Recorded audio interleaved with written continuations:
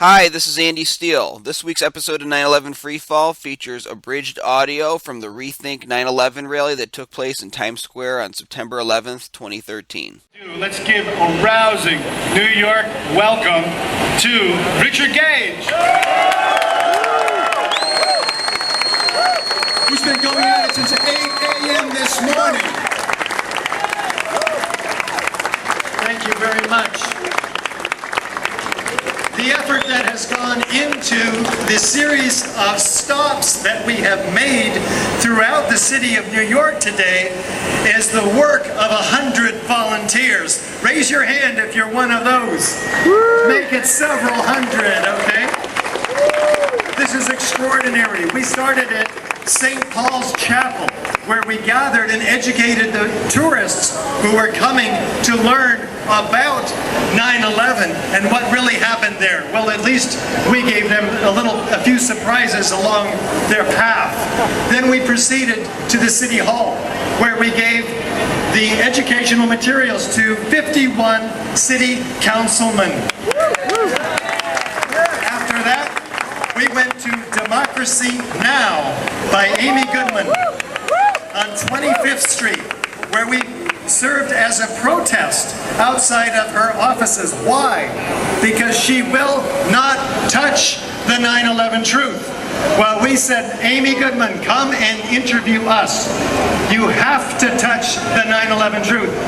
9/11 started major wars. 9/11 lost our civil liberties. 9/11 destroyed our economy. If we tackle, as a nation, the problem of 9/11 and how it happened, am I yelling too much? No! Somebody's going like this. Is it too much for you? All right.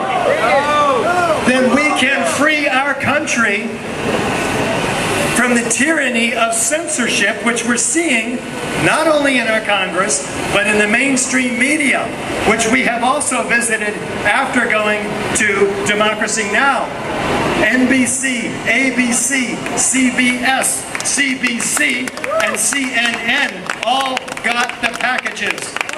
The DVD, 9/11 Explosive Evidence. We delivered it to every one of them. Rachel Maddow, Chris Hayes, Chris Matthews, Bill O'Reilly, Sean Hannity, Geraldo Rivera. We will be relentless. Why? Because the American people are beginning to demand a real investigation. In fact, a new national survey commissioned by ReThink911, conducted last month by the polling firm YouGov, revealed that almost 1 in 2 Americans have doubts about the government's account of 9/11. 6 years ago, it was not like this.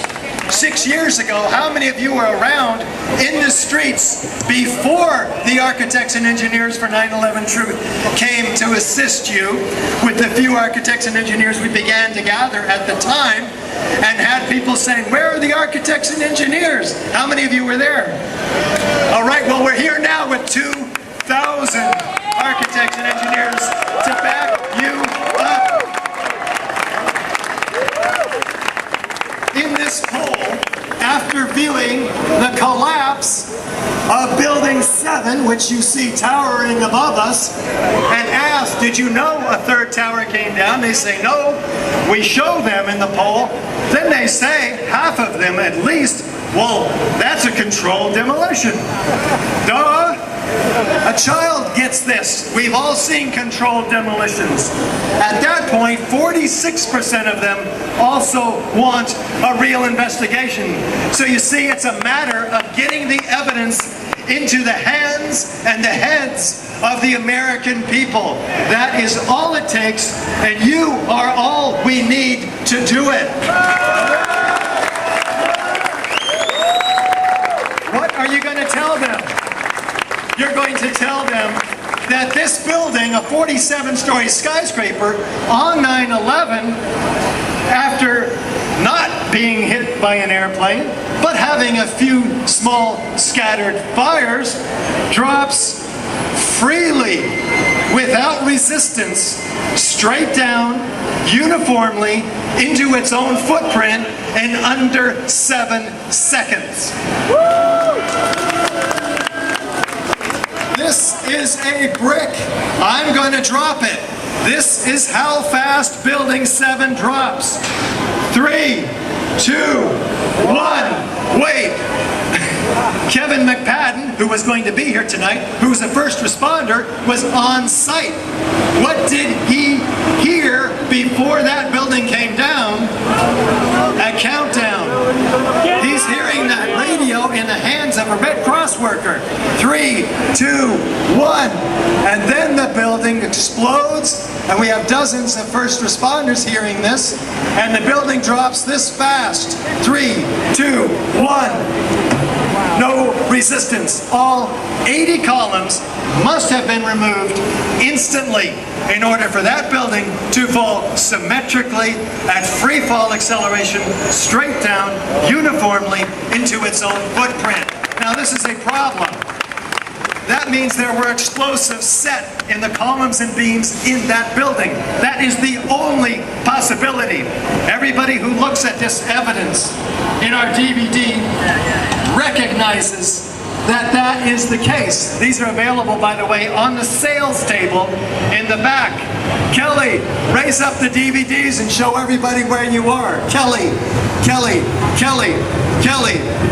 There we are. Hold them up. There we are. Lots of DVDs for you guys to take home. You can support AE 911 Truth with your donation of $10 for the DVD. Now, the problem is that this necessarily implies that somebody got into the building surreptitiously to plant and place and in fact engineer those explosions. Guess what? Al-Qaeda probably did not have access to this building. It was one of the most highly secure buildings outside the Pentagon and the Twin Towers. It had the CIA in it, the IRS, the FBI, the Secret Service, Mayor Giuliani's Office of Emergency Management. This is a very secure building. So, who planted those explosives? Those are the questions. Who benefited? Who had access to the building? Who had access to the very high-tech nanothermite residue that is found throughout the World Trade Center dust? These are the questions that enterprising journalists and criminal investigators must have a pursuit for. It's extremely important. We're architects and engineers. We provide the evidence. Let's let criminal investigators do their job, and you can force them to do it to find out who is responsible. Until then, educate every architect, every engineer, every citizen, every elected representative and media representative that you can. You can email the AE911truth.org link to all of them. Get in the fucking pen. Our next speaker is Tom Kiely. Tom Kiely is an alternative media activist who co-founded INN World Report in 2001, an alternative daily news and information television program broadcast nationally on the Dish Network Satellite Systems Free Speech TV channel, which airs in Austin, Texas, and Oklahoma City, as well as on the World Wide Web. Located in New York, just a half-mile directly north of the World Trade Center complex, INN has been tirelessly reporting on the truth about 9/11. As soon as the shock and awe wore off, and it was indeed shock and awe that we were all hit with on that morning, and that is the principal reason why most of us don't want to go back in our psychological space to address the implications of these controlled demolitions, which are very severe. Our worldview is often not capable of handling the cognitive dissonance proposed by the reality of the implications of these controlled demolitions. That's why we have 8 psychologists, experts not only in their field of psychology, but in 9/11 truth. On our DVD, it is the most extraordinary part. How many of you have heard the psychologists and think this is the best part of the DVD? It's very important for our outreach. In addition to the events, Tom had quite a personal experience, which he will relate with us in the World Trade Center Twin Towers, because he worked there, including up until that morning. Tom addresses the question, did you know that the alternative media has grown in quantum leaps since 9/11? Please welcome Tom Kiely. Yes. Yes.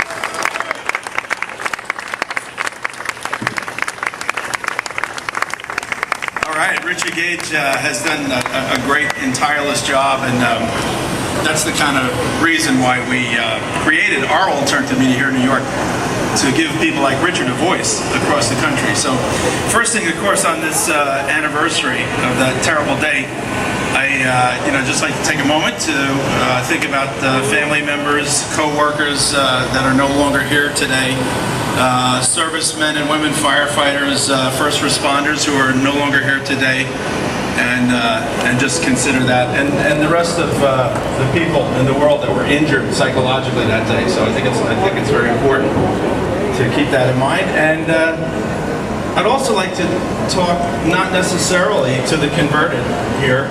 When INN first got started in 2001 with my partner Lenny Charles, who you'll be hearing from in a little bit, we took a look at we got involved because the corporate media wasn't doing its job way back then, right after the theft of the 2000 election. And unfortunately, the alternative media, such as it was at the time, wasn't doing its job either. And we determined the reason why the alternative media wasn't doing its job is because they were too busy preaching to the converted. So in that spirit, INN started, and we talked with had that. It just didn't work that day. It didn't show up for work that day. Here in our fair city, these good police officers show up for work every day. What would happen if every bank in New York got robbed on the same day because they didn't show up for work? What would happen? So we already have what it takes to defend from 9/11 attacks. Condoleezza Rice said, quite erroneously, who would have thunk it? Give me a break, Condoleezza. It was in the news years before that an attack was being planned with the airliners. Webster Tarpley has shown us where multiple military exercises were happening leading up to and on the day of 9/11 itself, practicing against commercial airliners being flown around as bombs. So we already had what it took to defend. The question is, why not? Who's paid that price? How would you like to totally screw up your job and still have your job? Not even get reprimanded, not even get demoted, not even get put in front of a firing squad, for crying out loud. Nobody, not a single person, okay? We already paid for it. We continue to pay for it. Now they say, you know what it's like? It's like, I live in New York. You know, security is a concern. What if I spent the money, my hard-earned money, to get the best security system on earth for my house, and it takes months, and I'm paying, and the contractors are there, and they're wiring everything up, and they've got cameras everywhere, and they got laser beams and everything else, and they're all done, and they say, Mr. Kiely, your house is secure, no one's going to get in your house. Here's the final check, thank you. They walk away, the next night my house gets broken into. And I say to them, what happened? I got the best. What happened? And they say, oh, hell, we forgot to turn it on. Real good. So now they're going to solve my problem. They say, but don't worry, we'll fix it. We'll fix it. It'll never happen again. And they go back to work, and they come back to me and they say, it's all fixed now. We got it fixed. I said, what'd you do? We put a prison fence up around your neighborhood. We turned your neighborhood into a concentration camp. Nobody's going to be able to get in and out now. That's their solution. We had the best security system on planet Earth. It didn't show up for work that day. It did not work that day. And what's their solution? Not to make it work what we already have, but to take away our liberties and our freedoms and our rights and get into wars all around the world and cause the death of at least 1 million people who had nothing to do with it. All right, so we can all agree on that, whether you're in the converted here or not. So let's focus on common ground, what we can all talk about. We were starting INN at the time, as Richard said, 1.5 mile directly north of Ground Zero. I was working for a financial software company. Cantor Fitzgerald was one of our clients. I was going up to the 105th floor, 103rd floor every week. Last day I was up there was on September the 5th. So I know people that I work with that aren't here today right now. In fact, this is a shirt I was wearing that day. Sorry, it probably fit a little better, back then. But it was wet that day too, because I got caught outside and I had to make my way into a building and clean out my mouth and my face, and I had to put water on this shirt and wrap it around my face to go back to work, to travel through the city. Shock and awe, but it doesn't make sense. So I wanted to share that with everyone, that let's find common ground with the people who haven't quite gotten there yet. The other thing I'd like to do is, I'd like to say congratulations to the American people, because the alternative media is making a difference. We're told we have to go to war again because of chemical weapons and weapons of mass destruction, and the American people said no. A big round of applause for that. We depend on our politicians to protect us from that lie to go into war? No. Could we depend on the corporate media to protect us from that lie to go into war? No. Who told us about weapons of mass destruction the last time? Who were the cheerleaders? The media. So that's what we're up against, and that's another point. When you hear people say, well, golly, somebody would talk if it was an inside job. Really? How far do you think you're going to get with information about an inside job if you go to the corporate media? GE, big, huge defense contractor. Okay, we have whistleblowers that we've interviewed. There was a film just came out about TWA Flight 800. There is radar evidence now that the plane was struck by a missile. Where is that? That's man-bite-dog news, right? That should be front-page news. Not. They can't get anywhere. 60 Minutes comes to visit these people, to talk with them, and then the story gets quashed. There's whistleblowers in the Department of Homeland Security. 60 Minutes spent 9 hours with them. A year and a half ago. Big stories. Don't make it. So anyway, like that, does that mean 3 or does that mean none? That means 2 minutes. Okay, so in any case, welcome to our fair city. And, thank you, Richard Gage, for doing what you're doing. And, just keep on keeping on, because let's remember all of the good people out there that are not quite on the page yet, and we have to approach them with compassion and the truth, and ask them questions like that. There's plenty that we can talk about that is not in dispute. The only other, Saddam Hussein, Muammar Gaddafi, what we're being told about, the Assad family right now, they have the same amount of accountability as our leaders in Washington do on issue after issue after issue, like 9/11. Zero accountability, and it's our fault. No more unaccountability. It's up to us, and I think we did a great job as an American family to say no to this war in Syria. Let's keep it going. Thank you very much. Yes. Yes. What Tom is saying is you have to go out there and be the media. How many of you are being the media yourself? That's because you have to distribute the truth, because we're not finding it here in Times Square, and CBS, ABC, NBC, CNN, CBC, and all of the other three-letter abominations that call themselves truth in media. Be the media yourself.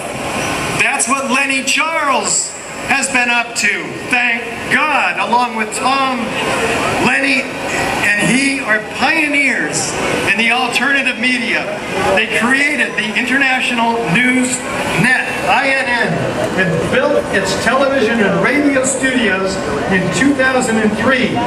The weekly 1-hour news wrap-up became a daily evening news program beginning with the 2004 Republican National Convention held here in New York, as well as the technical expertise to build and operate. Was that the zeitgeist? A broadcast TV and radio studio, Lenny has interviewed hundreds of politicians, diplomats, authors, filmmakers, and activists until 2009. Lenny was one of the first videographers to film on Ground Zero and was there when Building 7 collapsed. In fact, he's wearing the same shirt from that day. Lenny Charles.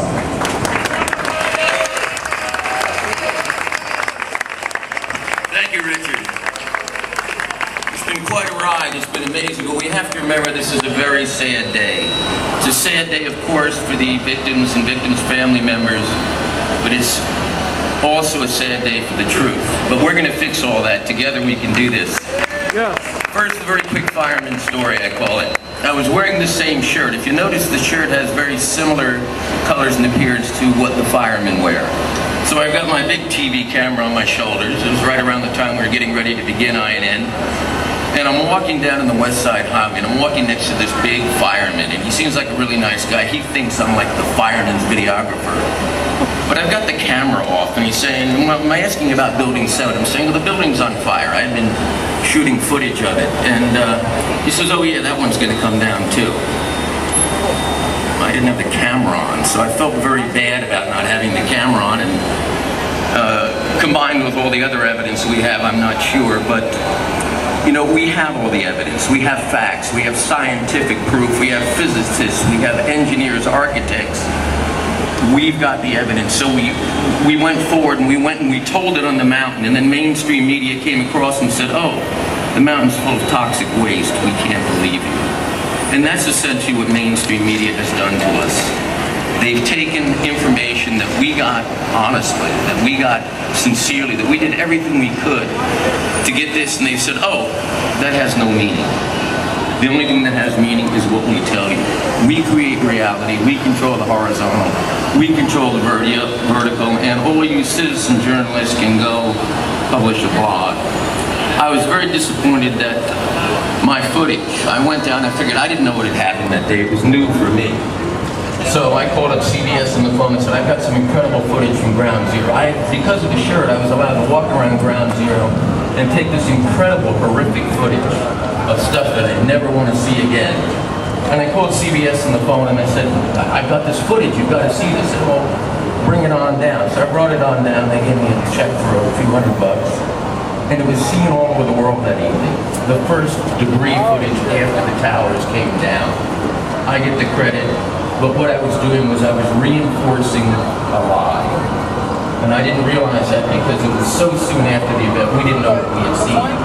Only those that, you know, really were experts and understood immediately that buildings don't come down that way could understand it. But what was INN? Just a little bit about it. INN, as Tom mentioned earlier, was an adventure in telling the truth. You get paid big money to tell a lie, but you get paid no money to tell the truth. Tom, myself, we put in money. Everybody who worked there was working for a pittance at best. Okay, and I'm going to segue that right into, by the way, we were involved in several conferences. We did 3 How the World Changed conferences down at the INN studios. This is the first year we couldn't because the building is in foreclosure and being sold in bankruptcy. Too bad for INN, but this movement carries on. First, when we were just launching it, I was approached by a gentleman, Jimmy Walters. They called him the Loon Tycoon.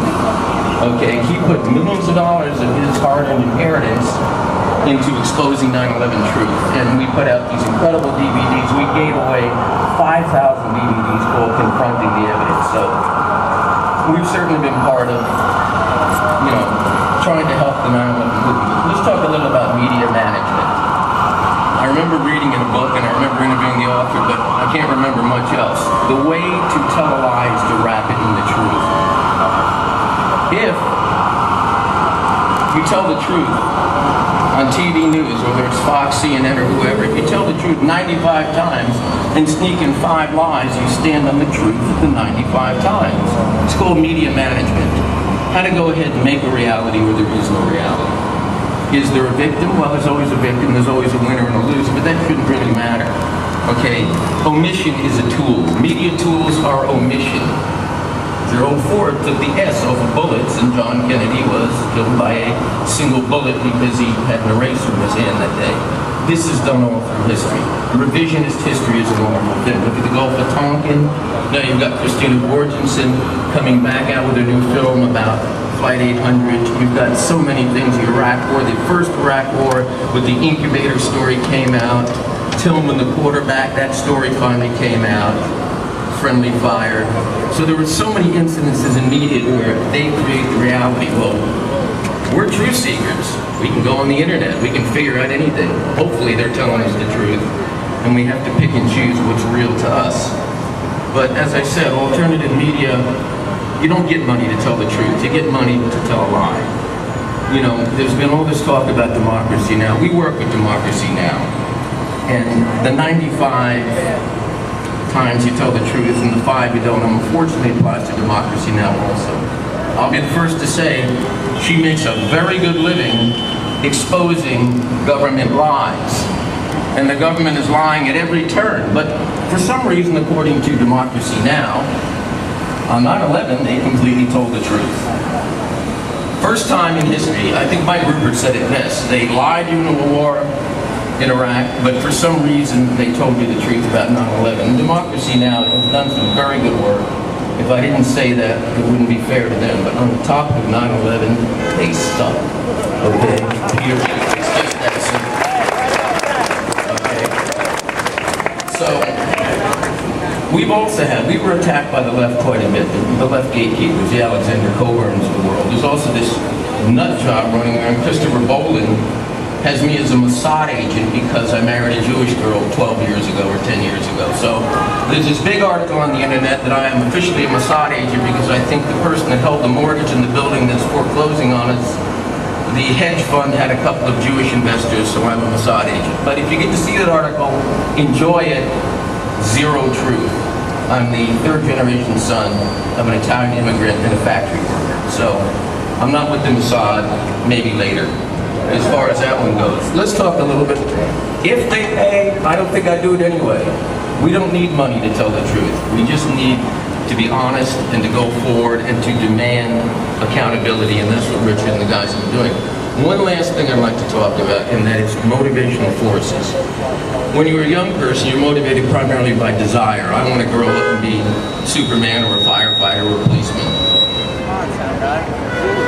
When you're an adult, you're a little afraid of the world, so you're motivated by greed. You want to be able to build your security. And when you get a little bit older, you're motivated a lot by fear. Okay, well these are very primal things that any psychologist will tell you.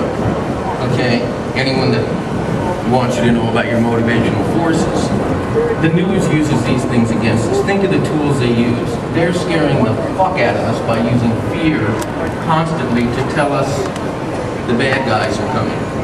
I don't need everybody here knows the facts. Everybody out there knows more facts than they'll ever know. But I do know the bad guys are coming, and they're using fear to get us to accept, as Tom said, the chain link fence around our property for our own protection, of course, to invade our privacy for our own protection.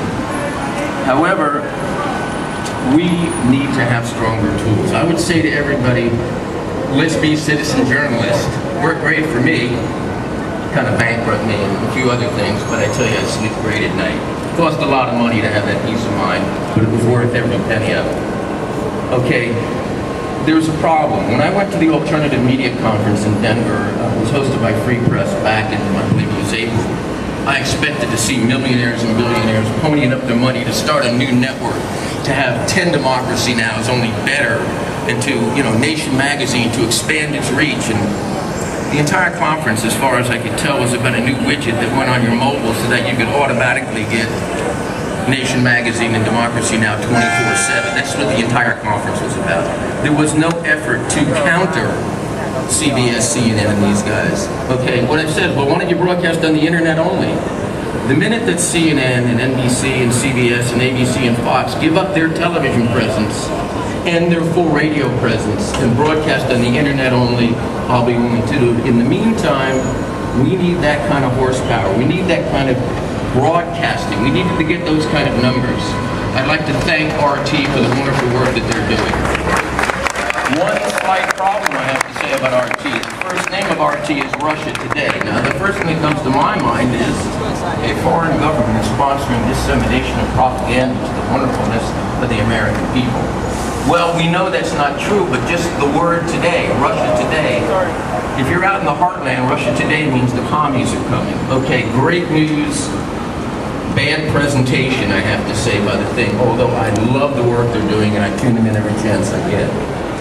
Okay, what are our tools? Citizen journalists, narrowcasting versus broadcasting. Amy Goodman's getting out to 3 to 4 million people. O'Reilly's getting out to 6 to 7 million people. I have this incredible story. Wayne Madsen breaks this phenomenal story coming out of Washington, D.C., where he does this incredible investigative report, and 387 people read it. Well, actually, a few more than that. It's called narrowcasting. The best way that we can function as journalists is to go from narrowcasting to find a way to broadcasting. If Richard could raise the money for this billboard, I don't see, knowing how well that we were able to create alternative media for a price, I don't see why those out there that really want to make change can't find a way to raise the money to have a real alternative media, a bigger alternative media. Narrowcasting is great. Every one of us is doing as much as we can. The truth doesn't pay, but you sleep good at night. Let's keep telling the truth. I do recommend stealing the tools. Whether it's, I don't know, what is the opposition of the fear that the bad guys are coming? The fear that we no longer have a free society, and that should be enough to save us. But we need to make it happen. I'd like to thank you for letting me speak here. I'll turn the stage back over to Richard. Yes.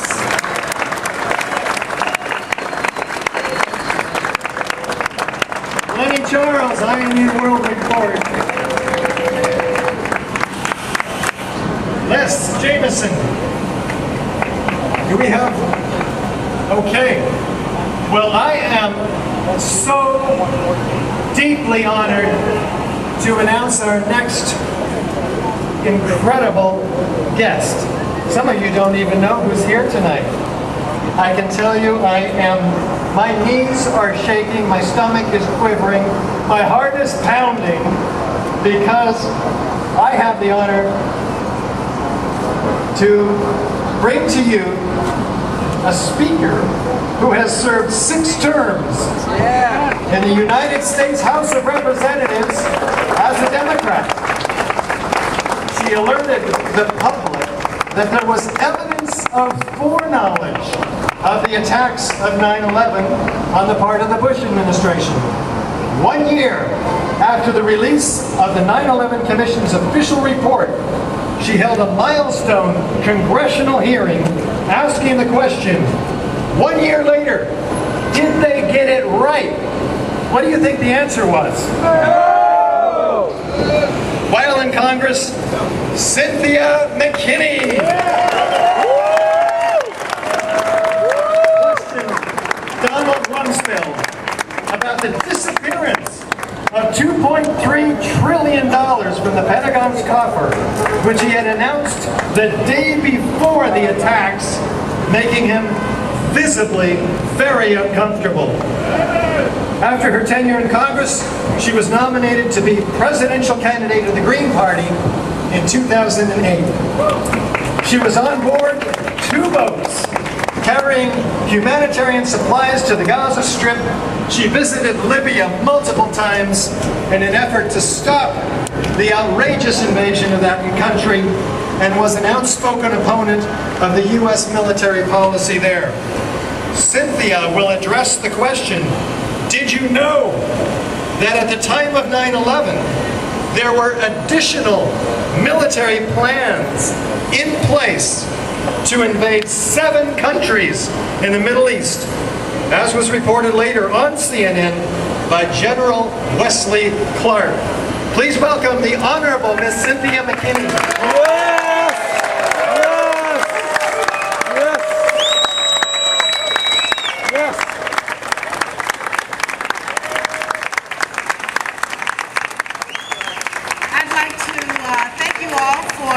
coming out for a little bit of 911 truth and celebration of this amazing billboard that will alert people all over the world because of our activities and the activities of architects and engineers for 911 truth, that we don't have the truth.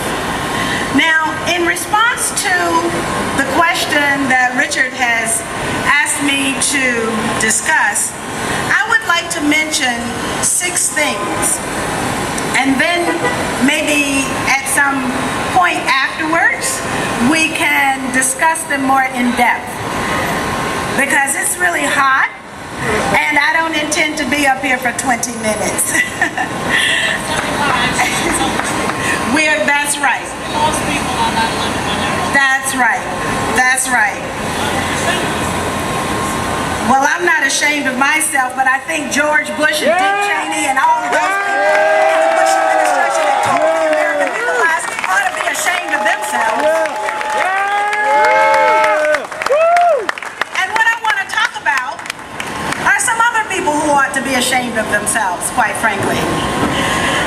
The first name that I'd like to mention is Oded Yinon, who wrote an essay for a journal, a peer-reviewed journal, Kiv Unim, which is a journal for Judaism and Zionism. And what Oded Yinon put forward is called the Yinon Plan. And it was a plan for Israel for the 1980s.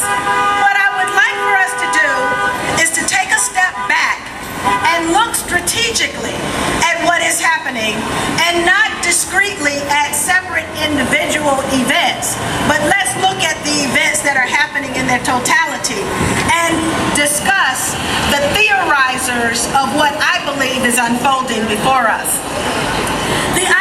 The primary idea put forward by Yinon was that in order to survive, Israel must become a regional power.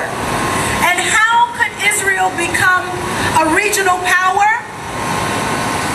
The map of the region would have to change. And that meant that the whole area must be dissolved into small states. So, for example, in Iraq would be comprised of several states. And then there would be major cities, each of the major cities, Basra, Mosul, and Baghdad, each would be a state. And then there would be a state for the Kurds. There would be a Sunni state. And then the entire dissolution of the Arabian Peninsula would take place. The dissolution of Syria would take place. This is the Yinon Plan, and I invite you to take a look at it online. And then there was another plan that was put forward. This plan was put forward for Israel, a strategy for the 1990s. And what was that plan called? It's called a clean break. And those people who theorized and actually implemented U.S. policy known as the Project for a New American Century were the ones who were also involved in this strategy for Israel for the 1990s. And basically, what did they theorize? They theorized that there must come a time when Israel can not only deal with, contain its regional enemies, but it must transcend them. One other thing that's very clear in the reading of the clean break is that the clean break is so entitled because these people wanted to make sure that Israel was able to do what it felt it needed to do in its own interest without the constraints of public opinion in the United States. And so that clean break meant that Israel could also break cleanly from the its dependency on the United States. There's another item that I'd like to mention to you, and it's called cryodynamics. This is a new field of research, and those of you who know now that I've been spending my days researching targeted assassination, the counterintelligence program, as a part of my PhD work at Antioch University. But this cryodynamics is a new field, and this is the science of social strife. And cryodynamics is the science of how you break down countries. That's what we're seeing, the dissolution of countries, exactly according to what Yanon wrote, exactly according to what A Clean Break, Richard Pearl and those guys, what they wrote in A Clean Break, the dissolution of countries. So that when we look at Iraq, we see sociocide.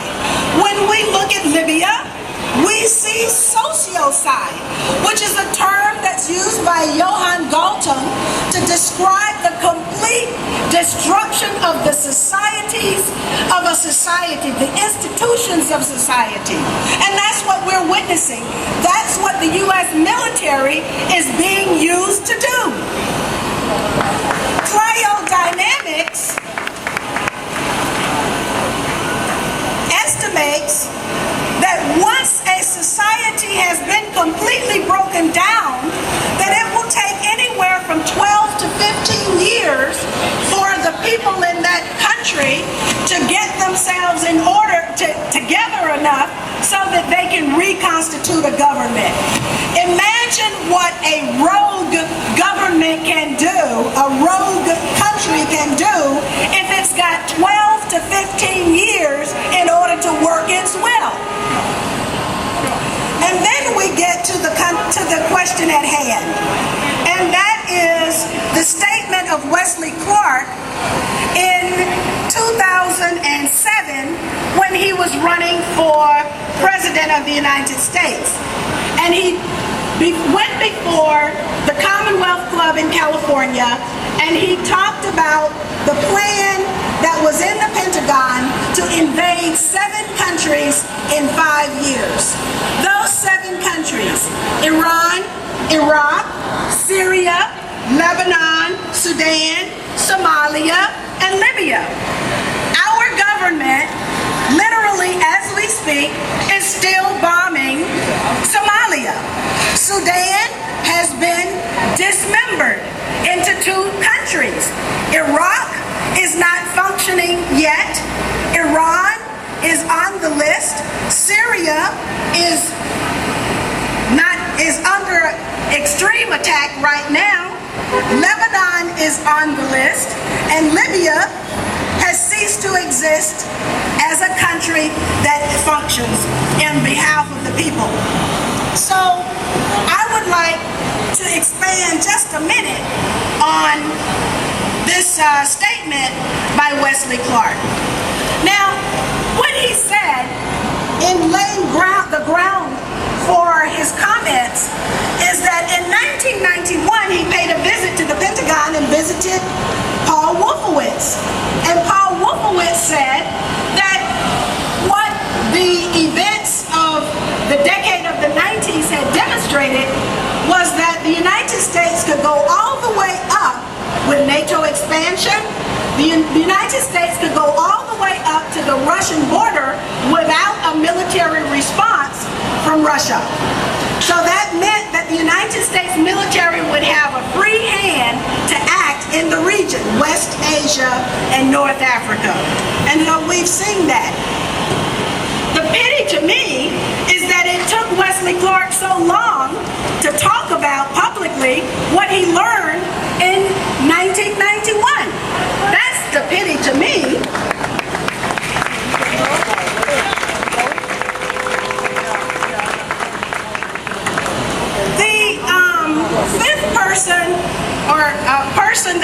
The fifth topic that I want to mention briefly is General Martin Dempsey, who is the chairman of the Joint Chiefs of Staff. Now, I just happen to have had the recent opportunity to speak with an investigative journalist, and he told me that the reason that Congress became involved in the debate was because on the very day that President Obama was going to unleash the bombs over Syria, General Dempsey paid a 1 o'clock in the morning visit to the White House and spoke directly with the president and asked him, instead of unleashing bombs in Syria, why don't you unleash public opinion in the United States Congress? That's what happened, at least according to this investigative journalist. And as a result of that, that bought time for us to work through this situation with diplomacy. Well, it really wasn't the United States that was doing the diplomacy, it was Russia. So can you imagine that we just had our previous speaker, Lenny, talking about Russia today being an outpost of truth for people in the United States? Whoever would have thunk it just a few short years ago? Yes. And not only do we have to rely on the Russian press for truth, we also get a little bit of truth from the Iranian press from Press TV. And whoever would have thought it? But that's why they are under fierce attack. At least the Iranian press, Press TV, is under fierce attack. While in the United States, U.S. courts have granted, through court action, the right of U.S. media to knowingly lie to their public with impunity. That's the state of freedom of the press in the United States. The last thing that I would like to mention is why 911 truth is so important. Because basically, in my opinion, what we were told by the Bush administration in 2001 and ever since then has been the big lie. It's been an excuse for war after war after war after war. It was an excuse for the Bush administration to launch wars against international law. Tony Blair launched wars against international law. And now our President Barack Obama has launched wars against the peace, against international law. I dream and I yearn for the day when we, the people of the United States, can have a president of the United States who is not a war criminal.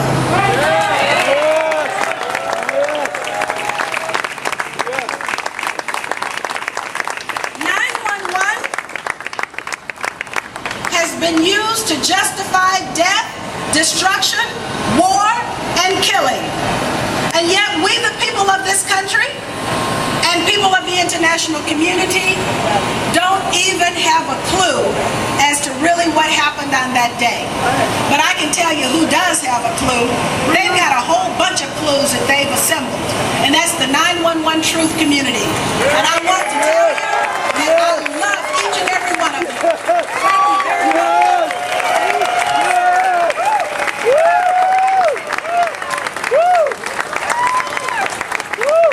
Cynthia McKinney, the Honorable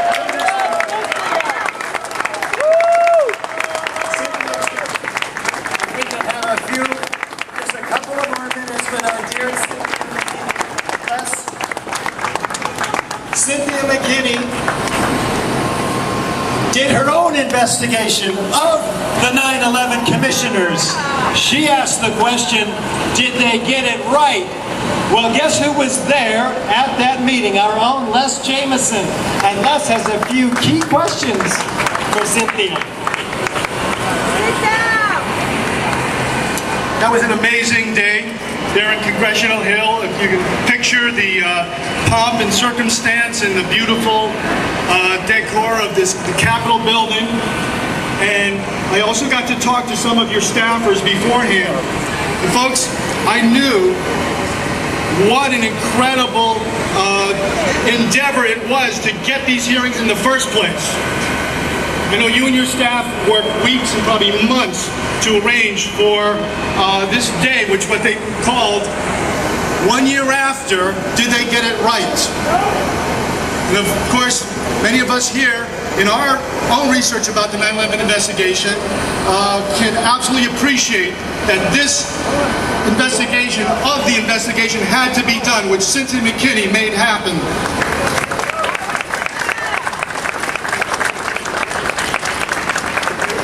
It was on C-SPAN, which was aired all over the country.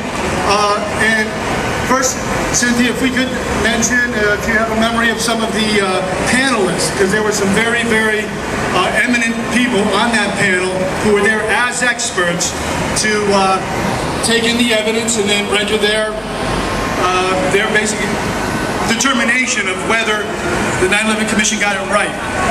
Share some of those people. Well, Wayne Madsen was one of the questioners. Mike Rupert was one of the questioners. We had the Jersey girls represented there. We also had Peter Dale Scott as one of the presenters who talked about the United States' basic creation of Al-Qaeda.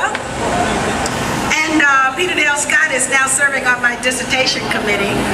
So that was a long-lasting and very fruitful relationship that was born. We had, you probably remember the rest of them better than me. We had everybody who's involved in one way or another. We had people there who were experienced from Italy, a woman who is experienced in tracking terrorist money, terrorist finance.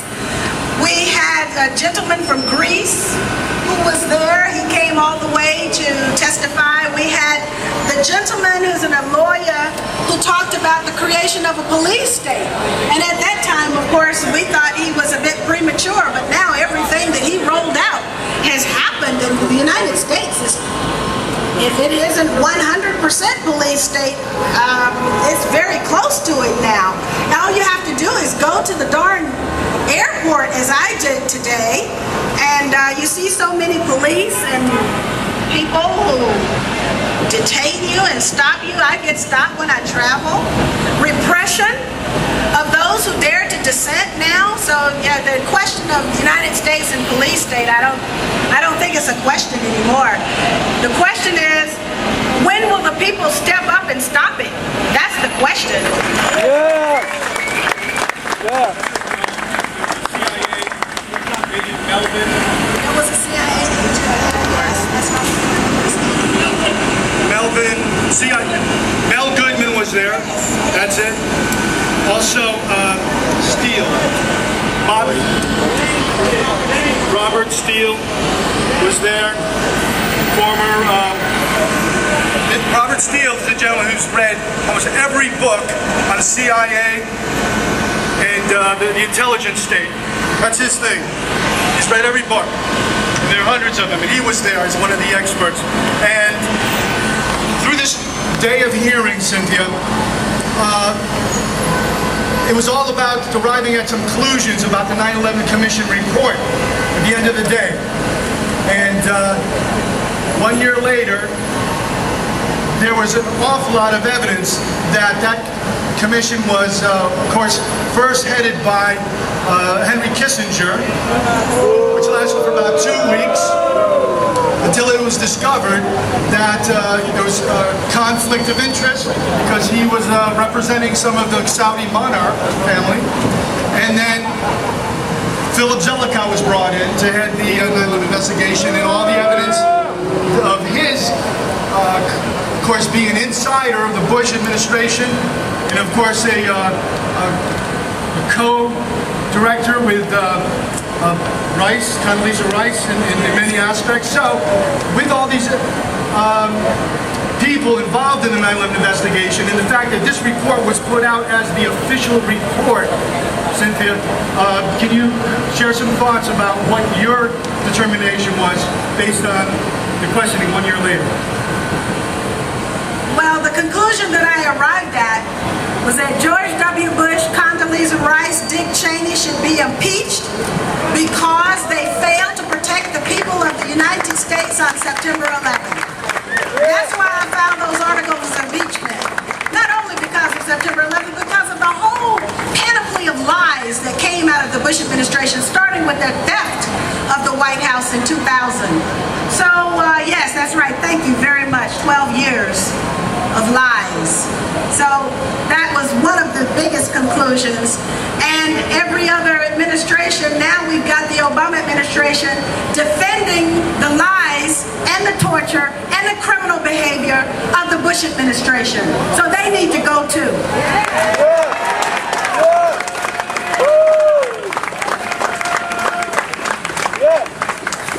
Now, we all know that this woman is a model of courage beyond most people's imagination. And one example, just one, was a hearing with Donald Rumsfeld sitting at the table, a congressional hearing, and Congresswoman Cynthia McKinney questioning Donald Rumsfeld. Would you like to share what it is that you questioned him about, please, Cynthia? Well, you all probably are aware of the story that I got kicked out of Congress for asking the questions about September 11th. That was in the 2002 campaign. And so in 2004, I ran again and I won, so I went back. And by that time, we had a lot more information. And I was trying to get my seniority back, but the Democrats, of course, didn't want to have me being able to ask all these questions of these folks. And as Rahm Emanuel said, I wasn't a team player. I will never be on that team of theft and corruption and lies and deception and theft of the American taxpayer dollars and of our moral compass. No way, I'll never be on that team. So anyway, I didn't get my seniority back, but they did put me on the House Armed Services Committee. But that meant that I was at the very, very, very, very, very, very, very front of the room. So I could even see the beads of sweat popping out of Donald Rumsfeld's forehead, okay? And so he managed to answer everybody's question. But when it came to me, my turn to ask a question, he said he had to go to lunch. And so I just asked my question anyway, very respectfully, as a gentle lady, but I still got my question in about the 4 war games going on September 11th and the 2.3 trillion missing dollars. Well, needless to say, he forgot all of the questions that I asked and experienced a very embarrassing moment. But it was one of the ways that we moved 911 Truth forward, because I asked about 4 war games. We knew about 4. When I got the response back, there were different war games on that list than the war games that we knew about. So that's how we knew that there were so many different war games that were going on. And today we're even still finding out more war games that were going on September 11th. So it was my pleasure to grill Rumsfeld. He wasn't the only one. It was Michael Chertoff. I had to go at him. Madeleine Albright, I had to go at her. Colin Powell, I had to go at him. And man, I would love to have been able to have a go at Condoleezza Rice.